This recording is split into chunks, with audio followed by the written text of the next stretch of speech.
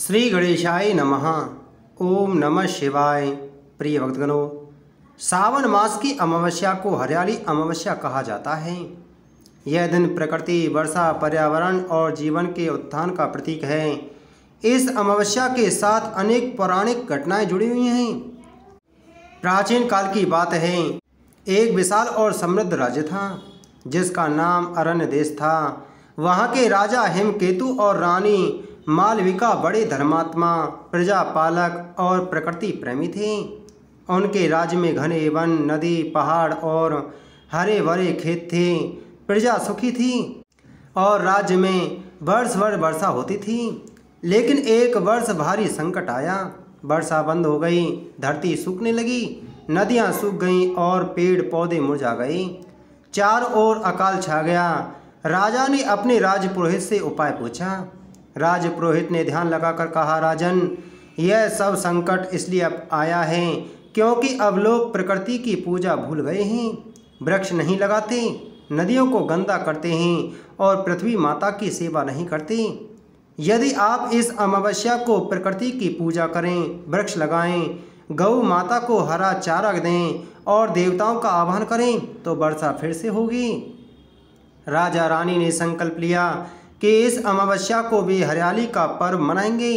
उन्होंने प्रजा सहित पीपल, नीम, आम और तुलसी के वृक्ष लगाए, नदियों और जलाशयों की सफाई की, गौ माता को हरा चारा और जल पिलाया, शिवजी पर बेल पत्र और जल चढ़ाकर अभिषेक किया और स्त्रियों को श्रृंगार, वस्त्र व फल दान किया।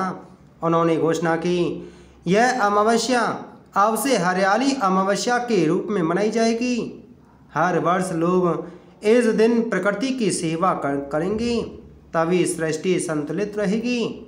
राजा और रानी की सच्ची श्रद्धा से प्रसन्न होकर पृथ्वी माता, गंगा देवी और भगवान शिव स्वयं प्रकट हुए और कहा, हे राजन, तुमने जो यह पर्व प्रारंभ किया है वह युगों तक चलेगा।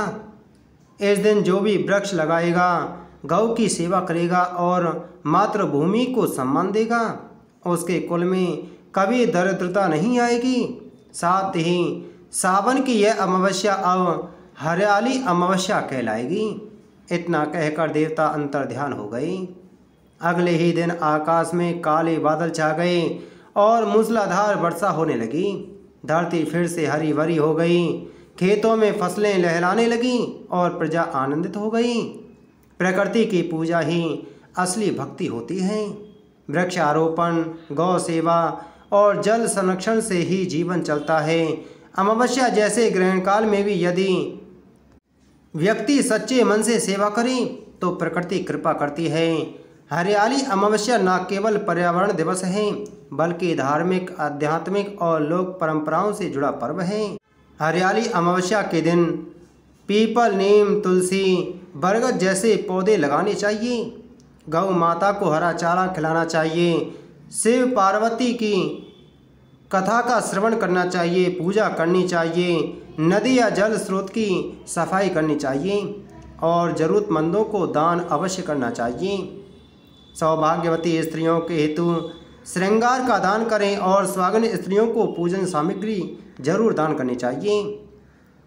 इस दिन व्रत रखते समय भगवान से इस प्रकार प्रार्थना करनी चाहिए, हे भगवान शिव, हे देवी पार्वती, हे पृथ्वी माता, हे वृक्षों के देवता, हमें शक्ति दो कि हम हरियाली की रक्षा करें।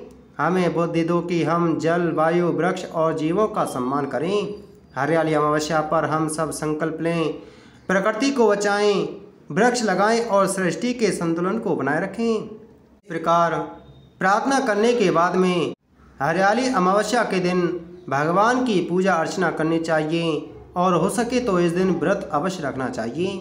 बोलो शिव शंकर भगवान की जय।